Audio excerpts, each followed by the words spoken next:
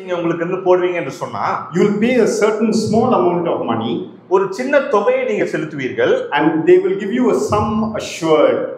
அதற்கான உறுதி பணம் என்று சொல்லி ஒன்னு கொடுப்பாங்க. That amount nobody can take away from you.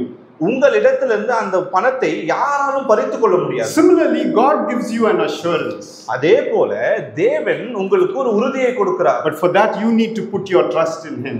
ஆனால் அந்த உறுதியை நீங்கள் பெற்றுக்கொள்வதற்கு அவர் மேல் விசுவாசம் வைக்க வேண்டும். This evening we are going to look at Psalm 20. இந்த மாலை நேரத்திலே சங்கீதம் 20 குறித்து நாம் பார்க்கிறோம். And we are going to quickly see the assurances that God gives us from His word. அவருடைய வார்த்தையிலிருந்து தேவன் நமக்கு அருளக்கூடிய அந்த உறுதிகளை குறித்து நாம் பார்க்கிறோம். Sure that all of us recently we would have had our New Year service. மிகவும் நெருக்கத்திலே நாம் ஒரு புத்தாண்டுடைய செய்தியை நாம் கேட்டிருப்போம். All of us would have got வாக்குறுதி வசனம், வாக்குத்தத்த வசனங்களை நாம் பெற்றுக்கொண்டிருப்போம். and you will all be carrying that with you. அந்த வசனத்தை எப்போதும் உங்க கூடயே வச்சு கொண்டிருப்பீங்க. But I want us to give 7 assurances that God gives you today. ஆனால் இந்த மாலை நேரத்திலே தேவன் உங்களுக்கு கொடுக்க இருக்கிற 7 உறுதிகளை குறித்து நான் பேச இருக்கிறேன். And this, would you turn with me to Psalm chapter 20? உங்களுடைய வேதாகம புத்தகத்தை சங்கீதம் 20க்கு நேராக திருப்பிக் கொள்ளுங்கள். And we're going to read from verse 1 down to verse 6. 1 இருந்து 6 வசனங்களை நாம் வாசிக்க போகிறோம். Psalm 21 to verse 6. John will read it in Tamil. ஆபத்து நாளிலே கர்த்தர் உமது ஜெபத்தை கேட்பாராக. யாக்கோபின் தேவனுடைய நாமம் உமக்கு உயர்ந்த அடைக்கலமாவதாக. அவர் பரிசுத்த ஸ்தலத்திலிருந்து உமக்கு ஒத்தாசை அனுப்பி சீயோனிலிருந்து உம்மை ஆதரிப்பாராக. நீர் செலுத்தும் காணிக்கைகளை எல்லாம் அவர் நினைத்து உமது சர்வாங்க தகன பலியை பிரியமாய் ஏற்றுக்கொள்வாராக. சேலா. அவர் உமது மன விருப்பத்தின்படி உமக்கு தந்தருளி உமது ஆலோசனைகளை எல்லாம் நிறைவேற்றுவாராக. நாங்கள் உமது ரட்சிப்பினால் மகிழ்ந்து எங்கள் தேவனுடைய நாமத்திலே கொடியேற்றுவோம். உமது வேண்டுதல்கள் எல்லாம் கர்த்தர் நிறைவேற்றுவாராக. கர்த்தர் தாம் அபிஷேகம் பண்ணினவரை ரட்சிக்கிறார் என்பதை இப்பொழுது அறிந்திருக்கிறேன். தமது வலது கரம் செய்யும் ரட்சிப்பின் வல்லமைகளை காண்பித்து தமது பரிசுத்த வானத்திலிருந்து அவருடைய ஜெபத்தை கேட்பார். May the Lord add this blessing to the reading of His word. நாம் வாசித்த அவருடைய வார்த்தைக்கு நேராக தேவன் நம்மை ஆசீர்வதிப்பாராக. If you were to read in your Bible, if your Bible has the subtitles, உங்க வேத புத்தகத்திலே விரிவாக்கம் இருக்கும் என்று சொன்னால், that subtitle, the first you will see that it's a psalm of assurance of God. அது மேலே எழுதப்பட்டது இது உறுதியின் சங்கீதம். So this is a psalm that talks about God's assurance. அது தேவனுடைய உறுதியாரை குறித்து உங்களுக்கு சொல்லக்கூடிய சங்கீதம். Small subtitle below that it says to the chief musician. அது கீழே இன்னொரு தலைப்பு கொடுக்கப்பட்டிருக்கிறது, ராக தலைவனுக்கு ஒப்புவிக்கப்பட்ட. So these are 2 titles there. 2 தலைப்புகள் கொடுக்கப்பட்டிருக்கு. The second title says that this was a psalm that was said as a prayer when the king went out for battle. இந்த சங்கீதம் ராஜாக்கள் போருக்கு போவதற்கு முன்பாக பாடப்பட்ட சங்கீதங்களா இருக்கிறது. Why would the people sing this when the king was going to battle? ராஜா போர்க்களத்துக்கு போவதற்கு முன்பாக ஏன் இந்த பாடலை அவர்கள் பாட வேண்டும்? They are singing it as an assurance to the king that the Lord God is going with him. இது தேவன் உங்களோடு கூட போகிறார் என்பதை உறுதிப்படுத்தும்படியாக இந்த உறுதியின் சங்கீதத்தை பாடுவார்கள். And so this psalm can be a psalm that you can carry every day with you. இந்த சங்கீதம் ஒவ்வொரு நாளும் நீங்கள் சுமக்கக்கூடிய ஒரு சங்கீதமா இருக்கிறது. Verse 1, the first assurance. முதலாவது வசனம், முதல் உறுதி. He says, may the Lord answer you in the day of trouble. ஆபத்து நாளில் கர்த்தர் உமது ஜெபத்தை கேட்பாராக. This says that God will answer you. இந்த வசனம் பார்க்கும்போது தேவன் உங்கள் ஜெபத்தை கேட்டு பதில் அளிக்கக்கூடியவர். When you pray, you need to have faith and pray. நீங்கள் ஜெபிக்கும்போது விசுவாசத்தோடனே கூட ஜெபிக்க வேண்டும். And when you pray in faith, the Lord will answer you. நீங்கள் ஜெபத்தோடு கூட விசுவாசத்தோடு கூட ஜெபிக்கும்போது தேவன் அதற்கான பதிலை கொடுப்பார். You see, this is so very important. இது மிகவும் முக்கியமான ஒரு காரியம். Because God always answers.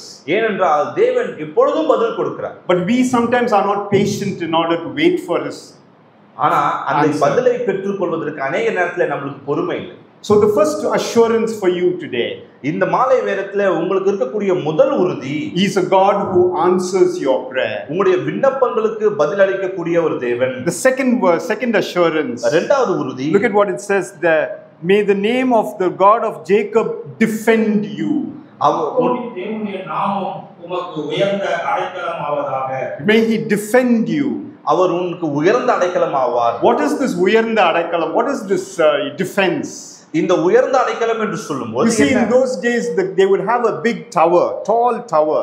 அந்த காலகட்டத்திலே பார்க்கும்போது ஒரு பெரிய ஒரு கோபுரம் மாதிரி ஒரு டவர் இருக்கும். And the king would be protected in that tower. அந்த கோபுரத்தின் மேலே ராஜாக்கள் பாதுகாப்பா இருப்பார்கள். No other enemy cannot come there. எந்த ஒரு சத்ருவும் அந்த அந்த கோபுரத்தின் மேலே ஏற முடியாது. The soldiers and all his people will defend the king from danger by putting him in that tower. அந்த கோபுரத்தின் மேலே ராஜாவை வைப்பதன் மூலமாக சுற்றி இருக்கக்கூடிய போர் சேவகர்கள் தன்னுடைய ராஜாவை பாதுகாத்துக் கொள்வார்கள். For us, our God is that strong tower. ஆனால் நம்மளுக்கு தேவனாகிய கர்த்தர் நம்முடைய உயர்ந்த அடைக்கலமா இருக்கிறார். You know, the psalm says the righteous will run unto you and they will be saved. நீதிமான் உனக்குள்ளே வந்து ரட்சிக்கப்படுவான். We must remember that God is a faithful God and he will defend us. நம்முடைய தேவன் உண்மையுள்ள தேவன். அவர் நம்மளுடைய உயர்ந்த அடைக்கலமா இருக்கிறார். Psalm 18 verse 1 and 2. 18வது சங்கீதம் முதல் 2 வசனங்கள். The Lord is my rock and my fortress, a high tower where no enemy can access. என் பெலனாகிய கர்த்தாவே, உம்மில் அன்பு கூறுவேன்.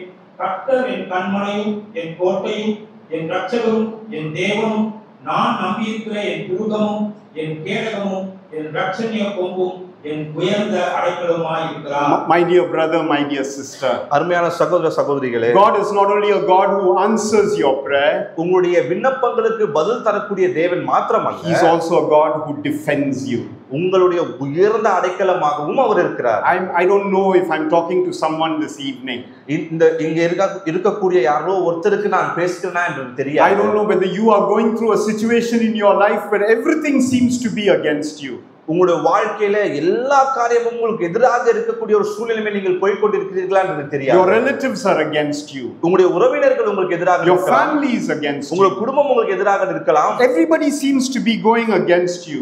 ஒவ்வொருவரும் உங்களுக்கு விரோதமாக எழும்பலாம். But the Lord is saying, he will be there to defend you. ஆனால் தேவன் உங்களுக்கு சொல்லக்கூடிய உறுதி, அவர் உங்களுடைய உயர்ந்த அடைக்கலம். Let's look at the third assurance that he gives us. மூணாவது உறுதியை குறித்து பார்க்கலாம். In verse 2 we read here, when we read here, says, may he send you help from the sanctuary. உனக்கு ஒத்தாசை அனுப்புவார். May he send you help. அவருடைய பரிசுத்த ஸ்தலத்திலிருந்து உமக்கு ஒத்தாசை அனுப்புவார். In Psalm 120 to Psalm 134, சங்கீதம் 120 ல இருந்து 134 வரை, when they are going towards Jerusalem, எருசலேமை நோக்கி அவர்கள் பயணம் செய்து போய் கொண்டிருக்கும் பொழுது, they will repeat these psalms from memory. அவர்கள் மனப்பாடமாக இந்த சங்கீதத்தை சொல்லிக் கொண்டே இருப்பார்கள். One of the psalms is Psalm 121. அதுல ஒரு சங்கீதம் 121வது சங்கீதம். I will lift up mine eyes unto the hills from whence cometh my help. எனக்கு உதவி வரும் பர்வதங்களுக்கு நேராக என்னோட கண்களை நான் ஏறெடுப்பேன். My help comes from the Lord who made heaven and earth. வானத்தையும் பூமியையும் சிருஷ்டித்த தேவனிடத்திலிருந்து எனக்கு ஒத்தாசை வரும். Friend, your help is from the very presence of God. உங்களுடைய நண்பர்களே, உங்களுடைய உதவி தேவனிடத்திலிருந்து வரும். Hebrews chapter 13 verse 6. எபிரேயர் 13வது அதிகாரம் 6வது வசனம். It says, the Lord is my helper, I will not be afraid of the circumstances. தேவன் எனக்கு ஒத்தாசை செய்கிறபடினாலே எந்த சூழ்நிலையை குறித்தும் நான் பயப்படுவதில்லை. Hebrews chapter 13 verse 2. எபிரேயர் 13:6. அதனாலே நான் தைரியம் கொண்டு கர்த்தர் எனக்கு சகாயர், நான் பயப்படேன். மனுஷன் எனக்கு என்ன செய்ய? What can man do unto me? ஒரு மனிதன் எனக்கு என்ன செய்ய முடியும்? Because God is my helper. ஏனென்றால் தேவன் எனக்கு சகாயரா இருக்கிறார். I want you to know this evening. இந்த மாலை வேளையில் நீங்கள் இந்த காரியத்தை அறிந்து கொள்ள வேண்டும். Not only is our God a defense for you, தேவன் நமக்கு உயர்ந்த அடைக்கலம் மாத்திரமல்ல, he is also a God who is there to help you. அவர் நமக்கு உதவி செய்யக்கூடிய தேவனா இருக்கிறார். He says, I will never leave you nor forsake you. உங்களை விட்டு விலகுவதும் இல்லை, உங்களை கைவிடுவதும் இல்லை என்று சொல்கிறார். You need to have confidence in the God your helper. தேவன் மேல் நீங்கள் நம்பிக்கையா இருக்க வேண்டும். Are you sitting here today? இந்த மாலை நேரத்தில் நீங்க அமர்ந்திருக்கீங்களா? Nobody to help me. Are you crying out and saying there's no one to help me? அழுது கொண்டு எனக்கு உதவுவார் யாரும் இல்லை என்று சொல்வீர்கள் என்றார். Then you can believe, you can remember that our God helps. நீங்கள் நினைவு கொள்ள வேண்டிய காரியம், நம்முடைய தேவன் உதவி செய்கிறார். My help is from the Lord who made heaven and earth. வானத்தையும் பூமியையும் சிருஷ்டித்த தேவனிடத்திலிருந்து எனக்கு ஒத்தாசை வரும். Look at the fourth assurance. நான்காவது உறுதியை பாருங்கள். Look at verse 2 again. மறுபடியும் 2வது வசனத்திலே it says here, and strengthen you out of Zion. சியோனிலிருந்து உம்மை ஆதரிப்பார். He's a God who strengthens. உங்களை பலப்படுத்தக்கூடிய ஒரு தெய்வம். Now this is so very important. இது மிகவும் முக்கியமான ஒரு காரியம். When do you need strength? எப்போ உங்களுக்கு பலம் தேவைப்படும்? When you are weak. நீங்க பலவீனமா இருக்கும்போது தானே உங்களுக்கு பலம் And தேவை. God knows that his people are weak. தேவனுக்கு தன்னுடைய ஜனங்கள் பலவீனமானவர்கள் என்று நமக்கு தெரியும். And so what does his promise? அவருடைய வாக்குத்தத்தம் என்ன? He says, I will strengthen you. நான் உங்களை பலப்படுத்துவேன். He's not coming and asking you, Matthew, are you feeling weak? Do you want me to strengthen you? அவர் உங்க இடத்துல வந்து மேத்யூ நீ ரொம்ப பலவீனமா இருக்கறியா, நான் உனக்கு கொஞ்சம் பலம் தரட்டுமா என்று கேட்கிறவர் அல்ல. He knows we are weak. அவர் நான் பலவீனமா இருக்கிறேன் என்று அறிந்திருக்கிறார். And knowing that he just strengthens us. அதை தெரிந்து எனக்கு அவர் பலத்தை கொடுக்கிறார். You see, that word strength is actually in Hebrew, meaning is to make stronger and stronger. அந்த வார்த்தை ஆதரிப்பார் என்று சொல்லும்போது எபிரேய மொழியிலே பார்க்கும்போது இன்னும் அதிக பலனை கொடுப்பார் என்றுதான் அர்த்தம். He makes you stronger and stronger. இன்னும் அதிகமான பலத்தை உங்களுக்கு கொடுக்கிறார். You know the people of Israel. இஸ்ரவேல் மக்களை பார்க்கும்போது when they first come to Jericho. முதலாவதாக எரிகோ பட்டணத்துக்கு நேராக வருகிறார்கள். They send out 12 spies. 12 வேவுக்காரர்களை அனுப்புறார்கள். And Moses and Caleb only come back bring a good report. யோசுவாவும் காலபும் வந்து அவர்களுக்கு நல்ல ஒரு Joshua and Caleb come back and bring him a good report. யோசுவாவும் காலேபும் வந்து நல்ல ஒரு செய்தியை சொல்லுகிறார்கள். But all the other 10 spies they say no, there's full of giants and full of hard, it's difficult for us to capture. மீதம் இருந்த அந்த 10 பேரும் அங்க பெரிய ராட்சசர்கள் இருக்காங்க, அவங்களை மேற்கொள்வது மிகவும் கடினம் என்று சொல்கிறார்கள். The walls are reaching up to the heaven. அவர்களுடைய மதில் சுவர்கள் வானத்து பரலோகத்துக்கு நேராக எட்டுகிறது என்று சொன்னார்கள். We can't capture. அவர்களை நம்மால மேற்கொள்ள முடியாது. What did God do? தேவன் என்ன செய்தார்? Because of your unbelief you will have to wander in the wilderness. உங்களுடைய அவிசுவாசத்தினாலே நீங்க இன்னும் வனாந்திரத்திலே அலைந்து திரிவீர்கள். 40 years they wander. 40 வருடம் அலைந்து திரிந்தார்கள். Then they come back to that same walls. இப்போது மறுபடியுமாக அவர்கள் பார்த்த அதே செவருக்கு முன்பாக நிற்கிறார்கள். Now it's a new generation. இப்போது ஒரு புதிய தலைமுறை நிற்கிறது. 40 years they have wandered in the wilderness. 40 வருடங்கள் அவர்கள் வனாந்திரத்திலே சுற்றிக் கொண்டிருந்தார்கள். Now the Lord has strengthened their faith. இப்போது அவருடைய விசுவாசத்தை தேவன் இன்னும் பலப்படுத்தி இருக்கிறார். Moses is telling them, Joshua is telling them, God is telling Joshua, tell the people to shout at the walls. இப்பொழுது தேவன் யோசுவாவை நோக்கி சொல்லுகிறார், ஜனங்களை அந்த மதில் சுவருக்கு நேராக கூச்சலிட சொல்லுங்கள். You see, for 40 years back they did not trust the Lord. 40 வருடங்களுக்கு முன்பாக அவர்கள் தேவன் மேல் விசுவாசம் இல்லாமல் இருந்தார்கள். Now they stand before those walls. இப்பொழுது அதே மதில் சுவருக்கு முன்பாக நின்று கொண்டு and the Lord is telling them shout at the walls. இப்பொழுது தேவன் அவர்களை பார்த்து அந்த செவர்களுக்கு நேராக கூச்சலிடுங்கள் என்று சொல்கிறார். The walls will fall down. அந்த செவர் இடிந்து விடும். My dear friend, you may be wondering why the Lord is allowing you trials in your life. அநேக நேரத்தில் நீங்கள் யோசித்துக் கொண்டிருக்கலாம், ஏன் மறுபடியும் நம்முடைய வாழ்க்கையில பிரச்சனைகளை தேவன் அனுபவிக்கிறார். The Lord is strengthening you. நல்லாக புரிந்து கொள்ளுங்க, தேவன் உங்களை பலப்படுத்துகிறார்.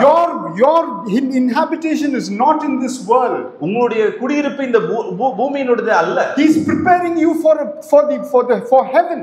உங்களை பரலோகத்துக்கு என்று ஆயத்தப்படுத்தி and he is making you stronger and stronger and stronger. அவர் உங்களை இன்னும் பலமாக இன்னும் அதிக பலனாக உங்களை பலப்படுத்தி கொண்டிருக்கிறார். And so we see the fourth assurance that God gives you is that he will strengthen you. நான்காவது நம்ம பார்க்கக்கூடிய உறுதி, அவர் உங்களை பலப்படுத்துகிறார். So we see the first assurance, he will answer you.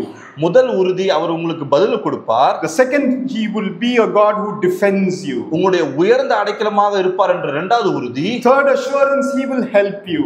மூன்றாவது உறுதி, அவர் உங்களுக்கு உதவி செய்வார்.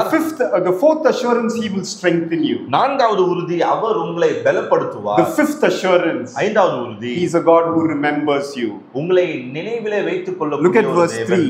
மூன்றாவது வசனம். Look at verse 3. It says, may he remember all your offerings. அவர் நினைத்து உமது சர்வாங்க தகன பலியை பிரியமாய் ஏற்றுக்கொள்வாராக. When it says he will remember you, அவர் உங்களை நினைத்துக் கொள்வார் என்று சொல்லும் பொழுது, does it mean that God forgets? அதற்கான அர்த்தம் தேவன் உங்களை மறந்து விடுகிறார் என்ற அர்த்தமா? No, this is known as a figure of speech called anthropomorphism. Anthropomorphism என்று சொல்லக்கூடிய ஒரு பேச்சினுடைய ஒரு மறுபெயர்ப்பாக இது இருக்கிறது. This is actually it tells us in a language that we understand. நாம் மனிதர்களாகிய நாம் புரிந்து கொள்ளும்படியாக இந்த வாக்கியம் இங்கே எழுதப்பட்டிருக்கிறது. And so when it says he will remember you, ஆகையால் அவர் உங்களை நினைவு கூறுவார் என்று சொல்லும் பொழுது it just simply means that he is not a God who will ever forget you. அதற்கான அர்த்தம் என்னவென்றால் உங்களை ஒருபோதும் மறக்காத தேவன் என்பதுதான் அதற்கான In பொருள். Isaiah 49, ஏசாயா 49வது அதிகாரம் in verse 14 to verse 16, we don't have time to turn to that. 14 இருந்து 16வது வசனம் திருப்பிக் கொள்ள வேண்டாம். The prophet is asking, can a mother forget her baby? அந்த தீர்க்கதரிசி இப்படி கேட்கிறார், ஒரு தாய் தன்னுடைய குழந்தையை மறக்க முடியுமா? The Lord is asking, can a mother forget her baby? தேவன் அங்க பார்த்து கேட்கிறார், ஒரு தாய் தன் குழந்தையை மறக்க முடியுமா? Yet he will forget.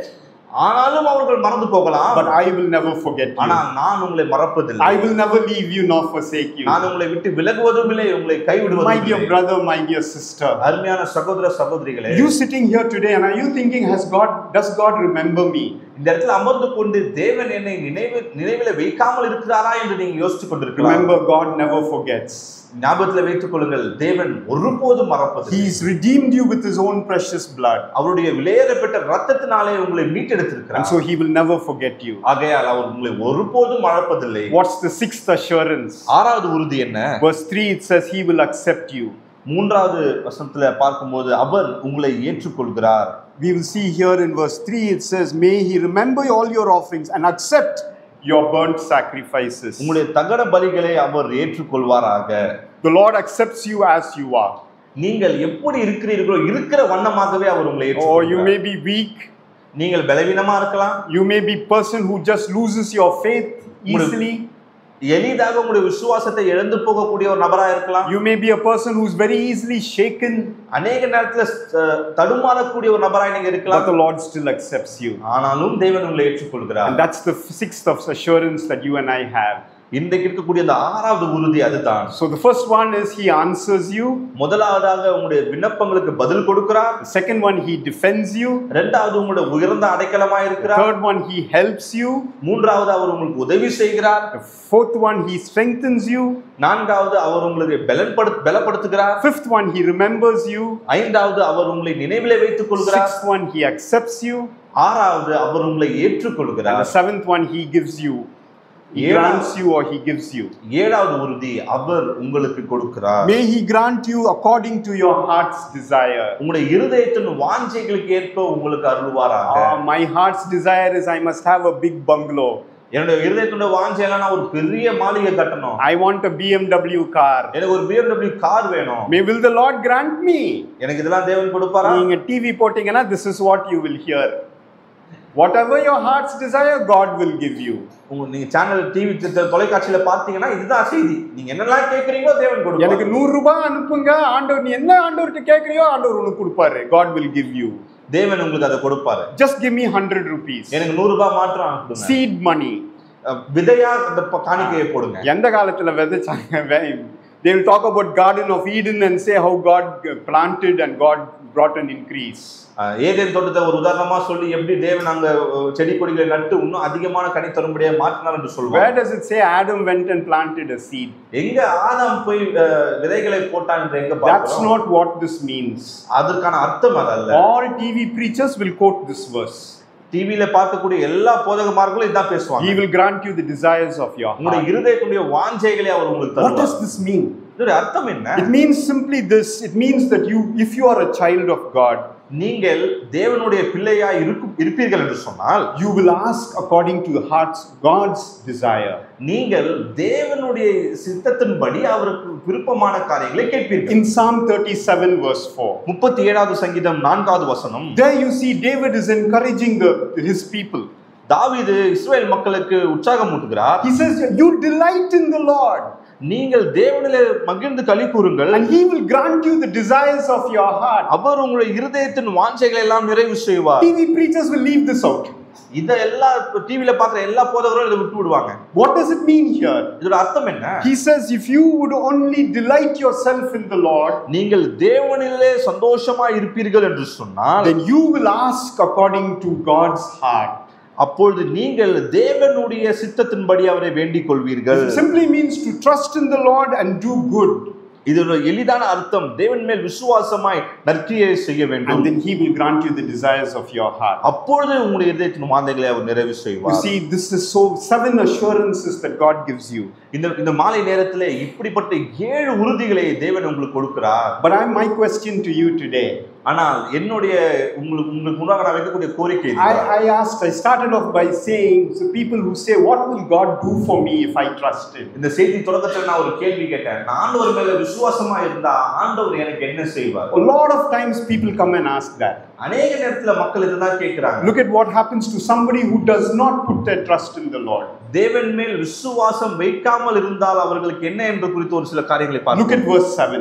7வது வசனம். Some trust in chariots, others in horses, but we will remember the name of the Lord our God. சிலர் ரதங்களை குறித்தும் சிலர் குதிரைகளை குறித்தும் மேன்மை பாராட்டுகிறார்கள். நாங்களோ எங்கள் தேவனாகிய கர்த்தருடைய நாமத்தை குறித்து மேன்மை பாராட்டுவோம். You see, if you do not trust in the Lord, நீங்கள் தேவன் மேல் விசுவாசம் வைக்காதிருப்பீர்கள் என்று சொன்னால், then you are trusting other things. நீங்கள் மற்ற காரியங்கள் மேல் விசுவாசம் வைக்கிறீர்கள். You are putting your trust in other things. மற்ற வேறு காரியங்கள் மேலே உங்க விசுவாசம் இருக்கு. When I was growing up, நான் வளர்ந்து கொண்டிருந்த பிராயத்தில் I grew up in a family. My father was, as Anand said, my father was a full-time servant of God. என்னுடைய தகப்பனார் முழு நேர ஊழியராக இருந்தார். But I trusted my father and my mother. நான் என்னுடைய தகப்பனையும் தாயார் மேல அதிக விசுவாசமா இருந்தேன். I didn't need anything. Whatever I wanted, they provided for me. எனக்கு எந்த ஒரு குறையும் இல்லை. எனக்கு என்னெல்லாம் தேவையா இருந்ததோ அதெல்லாம் அவங்க பூர்த்தி So செஞ்சாங்க. till the age of 13 or 14, I did not have any need to trust God. ஒரு 13-14 வயசு வரை நான் தேவன் மேல நம்பிக்கை வைப்பதற்கான எந்த சூழ்நிலையுமே எனக்கு வரல. If I wanted good food, my father would immediately get it for நல்ல me. சாப்பாடு வேணுமா உடனே எங்க அப்பா எனக்கு வாங்கி If I கொடுப்பார். wanted good clothes, immediately my father would get it நல்ல for me. ஆடை வேணுமா உடனடியா எனக்கு அது கிடைக்கும். I never had any need. எனக்கு எந்த ஒரு தேவையும் அந்த And நேரத்துல so because of that, I thought I don't need God. அப்படிப்பட்ட ஒரு சூழ்நிலையில் இருந்ததனால எனக்கு தேவனே தேவையில்லை என்று நான் நினைத்துக் Today, a கொண்டேன். lot of people are going through the similar situation. இன்னைக்கு अनेक பேர் இதே போன்ற சூழ்நிலையில தான் இருக்கிறீங்க. Maybe you are sitting here, you are in a family and you don't have the need for God. இன்னைக்கு நீங்க ஒரு சூழ்நிலையில இருக்கலாம், உங்களுக்கு ஒரு குடும்பத்துல இப்படி இருக்கலாம், தேவனுடைய தேவை உங்களுக்கு இல்லாமல் இருக்கலாம். And so you are saying, I don't need to trust God. அதனால எனக்கு தேவன் மேல் விசுவாசமா இருப்பது 7 assurances that you are saying, இந்த 7 உறுதி நீங்க சொல்றீங்களே, I don't need those assurances. My father will take care, my mother will இந்த take care. 7 உறுதி எனக்கு தேவையில்லை. என் அப்பாவும் அம்மாவும் இதை பார்த்துப்பாங்க. My friends will take care. என்னோட நண்பர்கள் என்னை I பார்த்துப்பாங்க. don't need to trust anything else. நான் வேற எது மேலயும் விசுவாசம் வைக்க வேண்டிய அவசியம் இல்லை. But friend, look at that 7th verse again. ஆனா நண்பர்களே, அந்த 7வது வசனத்தை மறுபடியும் It says, but பாருங்க. we will remember the name of the Lord. Look at verse 8. 8வது வசனம். They have bowed down and fallen down. Those who do not put their trust in the Lord, தேவன் மேல் விசுவாசம் வைக்காதவர்கள் முறிந்து விழுந்தார்கள். you will fall down. கண்டிப்பாக நீங்கள் விழுந்து போவீர்கள். You don't trust in the Lord, நீங்கள் தேவன் மேல் விசுவாசம் இல்லாமல் இருப்பீர்கள். then you will not be able to stand. நீங்கள் நிற்க முடியாத அளவுக்கு உங்களுக்கு பலன் இல்லாமல் போய்விடும். But if you are a person who has put your trust in the Lord, ஆனால் ஆண்டவராகிய இயேசு கிறிஸ்து மேல் விசுவாசமா இருப்பீர்கள் என்று சொன்னார், then your battles are always going to be victorious. அப்படி என்று நீங்கள் விசுவாசமா இருப்பீர்கள் என்று சொன்னால் உங்களுடைய எல்லா போரும் வெற்றியிலே முடியும். Look at what it says in verse 6. 6வது வசனத்தில் என்ன சொல்கிறது? Now I know the Lord saves the anointed. He will answer him from his holy heaven with saving strength and his right hand. 6வது வசனம். கர்த்தர் தாம் அபிஷேகம் பண்ணினவரை ரட்சிக்கிறார் என்பதை இப்பொழுது அறிந்திருக்கிறேன். தமது வலது கரம் செய்யும் ரட்சிப்பின் வல்லமைகளை காண்பித்து தமது பரிசுத்த வானத்திலிருந்து அவருடைய ஜெபத்தை கேட்பார். God is a God who will save if you call out to him. நீங்கள் அவரை நோக்கி கூப்பிடுவீர்கள் என்று சொன்னால் உங்களை ரட்சிக்க வல்லவராக இருக்கிறார். Yes, he is the God who died for you. உங்களுக்காக மரித்த தேவன் அவர்தான். You ask me, what did he do for me? எனக்காக அவர் என்ன செய்தார் நீங்க கேட்கலாம். I would tell you, he loves you and he died for you. உங்களை அவர் அதிகமாக நேசித்தார், உங்களுக்காக தன்னுடைய ஜீவனை கொடுத்தார். It's not a simple death that he died for you. ஒரு சாதாரணமான மரணம் அல்ல. He died on that cross for you. அவர் சிலுவையிலே உங்களுக்காக மரித்தார். He took your place on that cross. உங்களுடைய ஸ்தானத்தை அந்த சிலுவையிலே அவர் எடுத்துக்கொண்டார். You should have been punished for all the sins that you did. நீங்கள் செய்த எல்லா பாவத்துக்காகவும் நீங்கள் தான் தண்டிக்கப்பட்டிருக்கிறோம். But the Lord Jesus was punished instead of you. உங்களுக்கு பதிலாக ஆண்டவராக இயேசு கிறிஸ்து அந்த இடத்திலே தண்டிக்கப்பட்டார். And he took the punishment on himself. அவர் அந்த தண்டனையை அவர் மேல் ஏற்றுக்கொண்டார். And today if you put your trust in him, இன்னைக்கு அவர் மேல் நீங்கள் விசுவாசமா இருப்பீர்கள் என்று சொன்னார். the greatest assurance you have, உங்களுக்கு பெரிய ஒரு உறுதி இருக்கிறது. that is you will have his salvation. அவருடைய ரட்சிப்பை நீங்கள் பெற்றுக்கொள்ளுங்கள். Forget about all the other 7 assurances that I நான் சொன்ன 7 உறுதியை மறந்து விடுங்க. But the 6th, the most important assurance, ஆனா இதுல மிகவும் முக்கியமான ஒரு உறுதி, he is a God who saves. உங்களை ரட்சிக்கிற தேவனாய் இருக்கிறார். So when you die, நீங்கள் மரித்து போகும்போது you will be with him. நீங்கள் அவரோடு கூட இருப்பீர்கள். My dear friend, I want you to put your trust not in horses and chariots. அருமையான நண்பர்களே, உங்களுடைய நம்பிக்கையை ரதங்கள் மேலும் குதிரைகள் மேலும் அல்ல, but put your trust in the Lord. ஆண்டவராகிய இயேசு கிறிஸ்து மேலே உங்கள் நம்பிக்கையை வையுங்கள். And if you put your trust in him, அவர் மேல் நீங்கள் நம்பிக்கை வைப்பீர்கள் என்று சொன்னார், you will be saved. நீங்கள் ரட்சிக்கப்படுவீர்கள். The Bible says there is none other name given unto men whereby they can be saved. ரட்சிக்கப்படுவதற்கு வேறு ஒரு நாமமும் வேதத்திலே கொடுக்கப்படவில்லை. Only the name of Jesus. ஆண்டவராகிய இயேசு கிறிஸ்துவினுடைய நாமம் மாத்திரமே. If you put your trust in anything else, it's of no use. நீங்கள் வேற எந்த காரியத்திலும் உங்களுடைய விசுவாசத்தை வைப்பீர்கள் என்று சொன்னால் அது பிரயோஜனம் அல்ல. Let's bow our heads in prayer. நாம் கண்களை தாழ்த்தி ஜெபிக்கலாம். And if you are somebody who's sitting here today and you say I've been trusting everything else, இந்த இடத்துல நீங்கள் நான் எல்லாத்தையும் நம்பி இருக்கிறேன் அப்படின்னு சொல்லியிருக்கிறேன் என்று சொன்னால், if you are saying I've been going through situations in my life and I've trusted people, I've trusted the friends, I've trusted my job, I've trusted my career, I've trusted everything else. நீங்கள் உங்களுடைய வாழ்க்கையிலே நான் நண்பர்களை நம்பி இருக்கிறேன், என் குடும்பத்தை நம்பி இருக்கிறேன், என்னோட வேலையை நம்பி இருக்கிறேன், எல்லாத்தையும் நம்பி இருக்கிறேன் என்று சொல்வீர்கள் என்று சொன்னார். I'm trusting my studies, my education. என்னோட படிப்பை நான் நம்புகிறேன் என்று சொன்னார். Well, if you do not trust the Lord, ஆனால் எல்லாவற்றையும் பார்க்கலும் தேவனை நீங்கள் நம்பாமல் இருப்பீர்கள் என்று சொன்னார், then you cannot be saved. நீங்கள் ரட்சிக்கப்பட முடியாது. Because it's only the Lord Jesus who can save you. உங்களை ரட்சிப்பதற்கு ஆண்டவராகிய இயேசு கிறிஸ்து மாத்திரமே வல்லவராய் இருக்கிறார். This evening you can give your heart to him. உங்களுடைய இருதயத்தை இந்த மாலை நேரத்தில் அவருக்கு நீங்கள் கொடுக்கலாம். Say, Lord, I want to trust you. நான் உங்களை விசுவாசிக்கிறேன் ஆண்டவரே. Lord, I believe that you died on that cross for me. Kalvari என்னும் சிலுவையை நீர் எனக்காய் மரித்தீர் என்பதை நான் விசுவாசிக்கிறேன். Lord Jesus, I want you to be the Lord of my life. ஆண்டவராகிய இயேசு கிறிஸ்து நீர் என்னுடைய வாழ்க்கையின் ஆண்டவராய் இருக்க வேண்டும் என்று விரும்புகிறேன். I want to experience the salvation that comes from putting my trust and faith in you. உங்களை விசுவாசிப்பதன் மூலமாக எனக்கு கிடைக்கக்கூடிய அந்த ரட்சிப்பை நான் பெற்றுக்கொள்ள விரும்புகிறேன். You can just tell him, you can receive him into your heart as your Lord and Savior. உங்களுடைய சொந்த ரட்சகராக கர்த்தராக உங்களை இருதயத்திலே அவரை நீங்கள் ஏற்றுக்கொள்ளலாம். கிருபையுள்ள நல்ல ஆண்டவரே, இந்த மாலை நேரத்துக்காக நன்றி செலுத்துகிறோம். தேவரீர், எங்கள் ஒருவருடைய வாழ்க்கையில நீர் எங்களை தேர்ந்தெடுத்திருக்கிறீர். தாயின் கருவிலே இருக்கிறதுக்கு முன்பாக ஆண்டவரே நீர் எங்களை அறிந்திருக்கிறீர் ஆண்டவரே, அதற்காக நன்றி செலுத்துகிறோம். எங்களுடைய வாழ்க்கையில ஆண்டவரே அநேக உறுதிகளை நீர் கொடுத்திருக்கிறீர். எங்களுடைய விண்ணப்பங்களுக்கு பதிலளிக்கிறீர். எங்களுடைய உயர்ந்த அடைக்கலமாக இருக்கிறீர். எங்களுக்கு பலத்தை கொடுக்கிறீர் ஆண்டவரே. நீர் எங்களை நினைவு கூறுகிறீர் ஆண்டவரே. நாங்கள் இருக்கிற வண்ணமாகவே நீர் எங்களை ஏற்றுக்கொள்கிறீர் ஆண்டவரே. தேவரீர், பேர்பட்ட அநேக உறுதிகளை எங்களுக்கு கொடுத்திருக்கிறது, அதற்காக நன்றி சொல்லுவோம். ஆனால் ஆண்டவரே, எங்களோட வாழ்க்கையில் அநேக நேரத்தில் நாங்கள் ஒரு நம்பிக்கை இல்லாமல் போய்விடுகிறோம் ஆண்டவரே. அநேக நேரத்தில் மற்ற காரியங்கள் மேலே எங்களுடைய நம்பிக்கையை வைக்கிறோம் ஆண்டவரே. இந்த தெய்வம் எங்களுக்கு என்ன செய்வார் என்று அநேக கேள்விகளை நாங்கள் கேட்கிறோம் ஆண்டவரே. ஆனால் இந்த நல்ல தெய்வம் எங்களுக்காக கல்வாரி எனும் சிலுவையிலே எல்லாவற்றையும் செய்து முடித்தார் என்பதை மேல் விசுவாசம் இல்லாமல் ஆண்டவரே, இந்த மாலை நேரத்தில் ஆண்டவரே இங்கே அமர்ந்திருக்கக்கூடிய யாராகிலும் ஆண்டவரே உங்களுடைய நாமத்தின் மேலே விசுவாசம் வைப்பார்கள் என்று சொன்னார். அவர்களுக்கு ரட்சிப்பு இருக்கிறது ஆண்டவர், அதற்காக நன்றி சொல்லுங்கள். தேவரீர், இங்கே அமர்ந்திருக்கிற ஒவ்வொருவரையும் நீர் ஆசீர்வதிங்க ஆண்டவரே. அவருடைய உயர்ந்த அடைக்கலமாக நீர் இருங்க, அவருடைய வாழ்க்கையில நம்பிக்கையாக நீர் இருங்க ஆண்டவரே. தேவரீர், இங்கே அமர்ந்திருக்கிறவர்கள் ஒவ்வொருவரும் என்ன சூழ்நிலைமைக்குள் போய் கொண்டிருக்கிறார்கள் எங்களுக்கு தெரியாது ஆண்டவரே. ஆனால் எல்லாவற்றையும் சிருஷ்டித்த தெய்வம் நீர் அறிந்திருக்கிறீர். தேவரீர், அவர்களுடைய உறுதியாய் நீர் இருங்க ஆண்டவரே. தேவரீர், நீர் கொடுத்த இந்த நேரத்துக்காக நன்றி செலுத்துகிறோம். ஜீவனுடைய உங்களுடைய வார்த்தைக்காய் நன்றி செலுத்துகிறோம் ஆண்டவரே. தேவரீர், உங்களுடைய வார்த்தை எங்களுடைய வாழ்க்கையிலே கிரியை செய்வதற்காக நன்றி செலுத்துகிறோம் ஆண்டவரே. இந்த உறுதிகளை பற்றி கொண்ட ஆண்டவரே ஆண்டவராக இயேசு கிறிஸ்து மேல இன்னும் அதிக விசுவாசம் உள்ளவர்களாய் ஆண்டவரே நாங்கள் வாழ எங்களுக்கு உதவி செய்யும். நீர் கொடுத்த இந்த நேரத்துக்காக நன்றி செலுத்தும். நீர் கொடுத்த இந்த சபைக்காய் நன்றி செலுத்தும். ஒருவரை ஆசீர்வதிங்க, வழிநடத்துங்க. துதிகன மகிமை யாவற்றையும் உமக்கே செலுத்தி ஜெபத்தை கர்த்தரும் ரட்சகரும் மீட்பருமா இருக்கிற எங்கள் ஆண்டவராக இயேசு கிறிஸ்து மூலம் வேண்டிக் கொள்கிறோம் எங்கள் ஜீவனுள்ள நல்ல பிதாவே, ஆமென். ஃபர்ஸ்ட் நாமத்தை ஸ்தோத்ரி.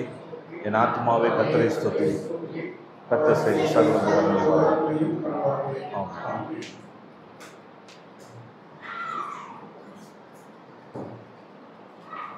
ஒரு நிமிஷம் நான் கீழே எடுத்துன்னு போயிடுறேன்.